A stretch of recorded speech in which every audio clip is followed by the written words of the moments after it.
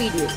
Deputy ముఖ్యమంత్రి పవన్ కళ్యాణ్ పంచాయతీరాజ్ గ్రామీణ అభివృద్ధి రంగ సంస్కరణలో భాగంగా రాష్ట్ర వ్యాప్తంగా 77 కొత్త DDDO కార్యాలయాలను ప్రారంభించారు. గ్రామీణ ప్రాంతాల్లో ప్రజలకు సేవలు మరింత చేరువ కావాలని ప్రభుత్వం తీసుకున్న కీలక నిర్ణయంగా అధికారులు ఈ కార్యక్రమాన్ని వివరించారు. ఈ కార్యాలయాల ద్వారా ప్రభుత్వ సంక్షేమ పథకాలు సులభంగా ప్రజలకు చేరుతాయని పవన్ కళ్యాణ్ తెలిపారు. గ్రామాల్లో వస్తున్న సమస్యలను క్షేత్రస్థాయిలో గుర్తించి త్వరగా పరిష్కరించే అవకాశం కూడా పెరుగుతుందని చెప్పారు. వ్యవస్థలను సక్రమంగా మార్చి పారదర్శకత పెంచడమే లక్ష్యమని ఆయన పేర్కొన్నారు. ఈరోజు మనం ప్రారంభించిన డివిజనల్ డెవలప్మెంట్ ఆఫీసుల ద్వారా క్షేత్రస్థాయిలో ప్రభుత్వ అభివృద్ధి సంక్షేమ కార్యక్రమాలను సమీకృతం చేస్తూ నిరంతరంగా రెగ్యులర్ పర్యవేక్షించడం కూడా చాలా తేలికగా. హైదరాబాద్ ఇండస్ట్రియల్ ల్యాండ్ ట్రాన్స్ఫర్మేషన్ పాలసీపై బీఆర్ఎస్ పోరుబాట పట్టింది. ఈ నేపథ్యంలో జీడిమెట్ల పారిశ్రామిక వాడలో మాజీ మంత్రి కేటీఆర్ పర్యటించారు. అక్కడి కార్మికులతో మాట్లాడిన కేటీఆర్ ప్రభుత్వం తీసుకొచ్చిన హిల్ట్ పాలసీ వల్ల పారిశ్రామిక రంగానికి తీవ్ర నష్టం వాటిల్లే అవకాశం ఉందని చెప్పారు. చిన్న యూనిట్లు మూతపడే పరిస్థితి వస్తే వేలాది కుటుంబాలు నష్టపోతాయని కార్మికులకు వివరించారు. పారిశ్రామిక భూములను ప్రైవేట్ వారికి అప్పగించే ప్రయత్నాలు జరుగుతున్నాయని, దీనిని బీఆర్ఎస్ తీవ్రంగా వ్యతిరేకిస్తోందని తెలిపారు.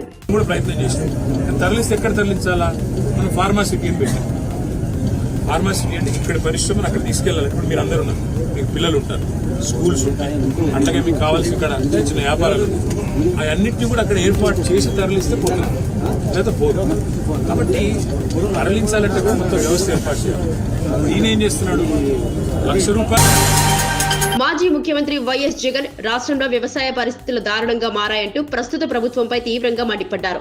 మా హయాంలో పండుగలా ఉన్న వ్యవసాయం ఇప్పుడు దండగలా మారిందని ఆయన అన్నారు. ఇటీవల మోంతా తుఫాన్ వచ్చినప్పుడు ప్రభుత్వం చూపించిన స్పందన పూర్తిగా చూపు కోసం చేసిన నటనలాగే ఉందని వ్యాఖ్యానించారు. తుఫాను సమయంలో చంద్రబాబు, ఆయన కుమారుడు దత్తపుత్రుడు ఇచ్చిన బిల్డప్ అసలు పరిస్థితులతో పోలిస్తే పూర్తిగా హద్దులు మీరిందని జగన్ చెప్పారు.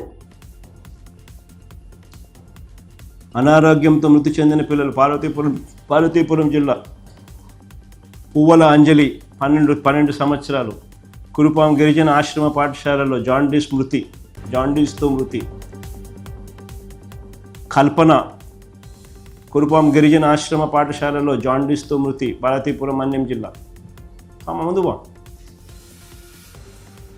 తాడంకి చిన్నారి 11 సంవత్సరాలు మక్కువ మండలం. రాష్ట్రంలో పారిశ్రామిక భూముల కేటాయింపులపై రాజకీయ వేడి పెరిగింది. తాము అధికారంలో ఉన్న సమయంలో కేటీఆర్ మరియు ఆయన బినామీలు పారిశ్రామిక వాడలో విస్తార భూములను అప్పనంగా స్వాధీనం చేసుకున్నారని కాంగ్రెస్ నాయకులు ఆరోపించారు.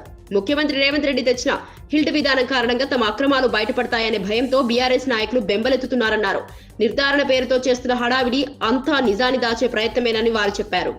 కంపెనీలు కానీ లేకపోతే దివాలా తీసిన కంపెనీలకు సంబంధించిన భూములుంటే బీఆర్ఎస్ నాయకులు చట్టాన్ని పక్కన పెట్టేసి వివిధ రకాలుగా వివిధ వ్యక్తులకు వాళ్ళ యొక్క అన్యాయాలకు కట్టబెట్టడమే కాకుండా అక్కడ ఇండ్లు కూడా కట్టుకున్న పరిస్థితి ఉన్నది. ఫర్ ఎగ్జాంపుల్ మనం చూస్తే సిరీస్ కంపెనీ వనస్థలపురంలో కానీ, శంషాబాద్లో గ్లాస్ ఫ్యాక్టరీకి సంబంధించిన అంశం కానీ, లేదంటే రాజేంద్ర నగర్లో బీర్ ఫ్యాక్టరీకి సంబంధించిన అంశాల్లో. అమరావతిలో ముఖ్యమంత్రి చంద్రబాబు నాయుడు అధ్యక్షతన 13వ SIPB సమావేశం జరిగింది. రాష్ట్రంలో పెట్టుబడులు, పారిశ్రామిక యూనిట్ల స్థాపనకు సంబంధించిన వివిధ ప్రాతిపాదనలను పరిశీలిస్తూ ఈ సమావేశం కొనసాగింది. దాదాపు 26 కంపెనీల నుంచి 20,000 కోట్ల రూపాయలు వచ్చిన పెట్టుబడి ప్రాతిపాదనలపై SIPB విస్తృతంగా చర్చించినట్లు అధికారులు తెలిపారు. Energy, IT, I&I, tourism, food processing వంటి కీలక రంగాల్లో పెట్టుబడులకు ఆమోదం తెలపడానికి బోర్డు సిద్ధంగా ఉన్నట్లు సమావేశంలో సూచనలు వచ్చినట్టు సమాచారం.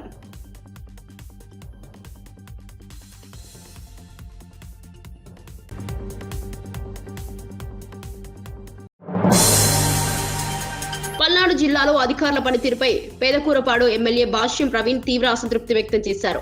ప్రజల వద్దకు ప్రవీణ్ 100 రోజులు 100 గ్రామాల పర్యటనలో భాగంగా అమరావతి మండలం యాండ్రాయిని సందర్శించిన ఎమ్మెల్యే అక్కడి స్థానికుల సమస్యలను స్వయంగా విన్నారు. గ్రామస్తులు చెప్పిన ఇబ్బందులు చాలా కాలంగా పరిష్కారం కోసం ఎదురు చూస్తున్నాయని తెలుసుకున్న అనంతరం సచివాలయ సిబ్బంది నిర్లక్ష్యం ఉధృతమైందని ఎమ్మెల్యే ఆగ్రహంతో తెలిపారు.